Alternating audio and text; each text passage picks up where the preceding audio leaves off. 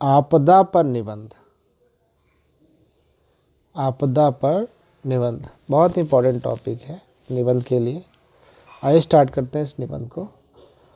हमारे गांव या शहर में जब कभी बाढ़ आती है तो चारों तरफ अफरा तफरी मच जाती है। घरों में पानी भर जाता है, घर का सामान या तो नष्ट हो जाता है या बहकर कहीं और चला जाता है। कमज़ोर घर तो गिर ही जाते हैं, कभी कभी मनुष्य और जानवरों की जान भी चली जाती है। फसलें बर्बाद हो जाती हैं। बाढ़ की विभीषिका से उबरने में मनुष्य को काफ़ी समय लग जाता है। इसी प्रकार भूकंप आने पर भी मानव जीवन पर प्रतिकूल प्रभाव पड़ता है। भूकंप से जान माल का अधिक नुकसान होता है। भूकंप, बाढ़ जैसी घटनाओं से मानव समाज, जानवरों और वनस्पतियों को बड़ी मात्रा में तथा तीव्र गति से हानि होना, उसे ही आपदा या डिजास्टर कहते हैं। आपदाएं दो प्रकार की होती हैं, प्राकृतिक आपदा तथा मानव जनित आपदा। प्राकृतिक घटनाओं के परिणाम स्वरूप होने वाली आपदाएं प्राकृतिक आपदाएं होती हैं। भूकंप, भूस्खलन, ज्वालामुखी विस्फोट, सुनामी, चक्रवात, आकाशीय बिजली गिरना, बादल फटना, बाढ़, सूखा आदि प्राकृतिक आपदाएं हैं। इनको रोक पाना मनुष्य की क्षमता के बाहर है, किंतु अतिरिक्त सतर्कता और कुशल प्रबंधन के द्वारा इनके दुष्प्रभावों को कम किया जा सकता है। प्राकृतिक आपदाएं न केवल जनधन को हानि पहुंचाती हैं बल्कि पर्यावरण के स्वरूप को भी प्रभावित करती हैं।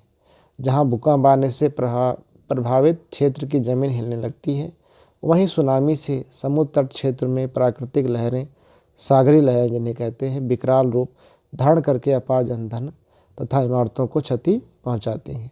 वहीं पर्वतीय क्षेत्रों में भूस्खलन से गांव के गांव मलबे के रूप में तब्दील हो जाते हैं।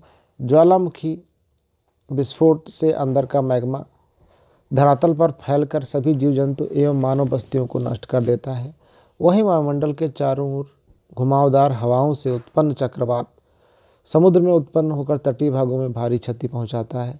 हवाएं विकराल रूप लेकर इमारतों, बिजली के खंभे आदि को उखाड़ फेंकती हैं। जहां कहीं भी आकाश में चमकने वाली बिजली चालक की तलाश में पृथ्वी पर गिरती है तो मनुष्य तथा जानवरों तक की मृत्यु हो जाती है।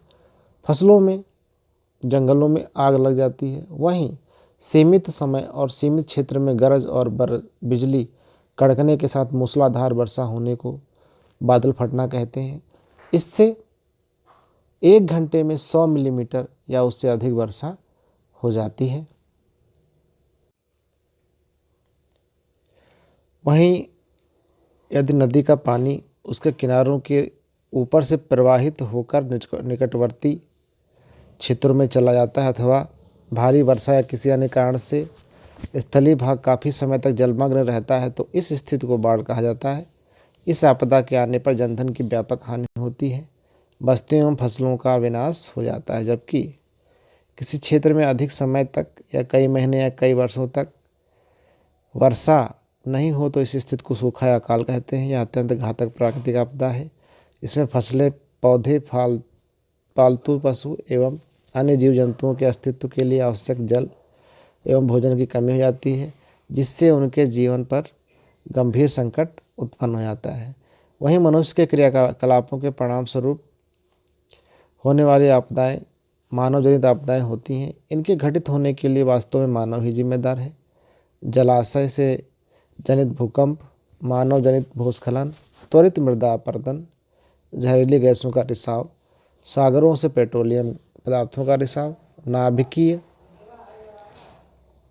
विकिरण, नाभिकीय विस्फोट, मानव जनसंख्या विस्फोट, महामारी आदि मानव जनित आपदाएं हैं। इनका प्रबंधन और नियंत्रण संभव है। कहीं न कहीं प्राकृतिक आपदाओं के लिए मनुष्य ही जिम्मेदार है। जैसे जंगलों के कटाव से भी बाढ़ आने खतरा बढ़ता है। हमें प्राकृतिक आपदाओं से बचाव, सुरक्षा तथा तुरंत राहत कार्यों के लिए तैयारी कर लेनी चाहिए।